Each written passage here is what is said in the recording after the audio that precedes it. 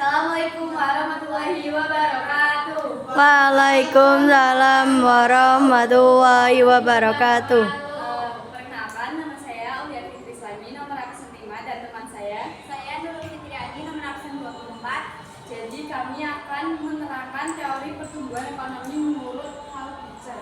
Nah, Althusser ini termasuk teori pertumbuhan ekonomi historis. Kalau teori pertumbuhan ekonomi historis itu melalui tahapan-tahapan. Althusser juga mengemukakan teori pertumbuhan ekonomi yang melihat perkembangan suatu bangsa berdasarkan hubungan antara produsen dan konsumen. Untuk tahapannya itu ada masa rumah tangga tertutup, masa rumah tangga kota, masa rumah tangga bangsa, dan masa rumah tangga dunia. Untuk masa rumah tangga tertutup sama kota akan dijelaskan oleh Aul.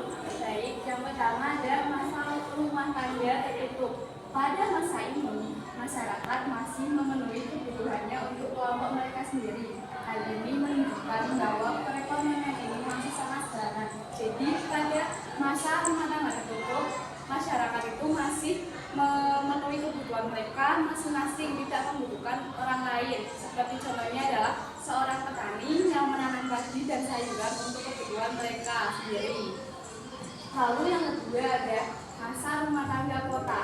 Pada masa ini, karena meningkatnya jumlah penduduk menyebabkan kebutuhan kelompok menjadi lebih besar, sehingga terjadi pertukaran kebutuhan antar kelompok. Nah, pada masa rumah tangga kota ini, karena kan penduduknya sudah semakin banyak, maka mereka tidak bisa memenuhi kebutuhan mereka sendiri, jadi sudah memerlukan orang lain. Seperti contohnya adalah pasar tradisional di kota kecil yang menjual hasil pertanian dan produk lokal.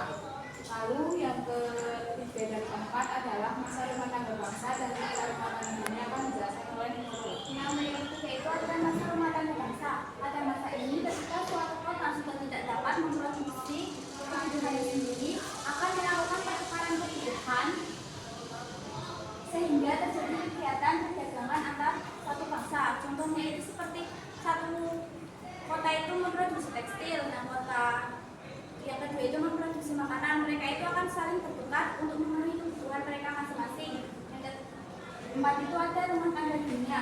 Pada masa ini dijelaskan ketika suatu bangsa tidak dapat memenuhi kebutuhannya sendiri, maka mereka akan melakukan perdagangan antar bangsa. Hal ini juga didukung dengan kemajuan ilmu pengetahuan dan teknologi untuk memudahkan komunikasi. Contohnya itu perdagangan minyak di negara timur, dan mereka akan menjualnya ke seluruh dunia. Ada juga perusahaan multinasional yang memproduksi barang di Cina dan menjualnya ke seluruh dunia. Nah, ini fotonya, kalau ini orangnya. Sekian dari kelompok kami.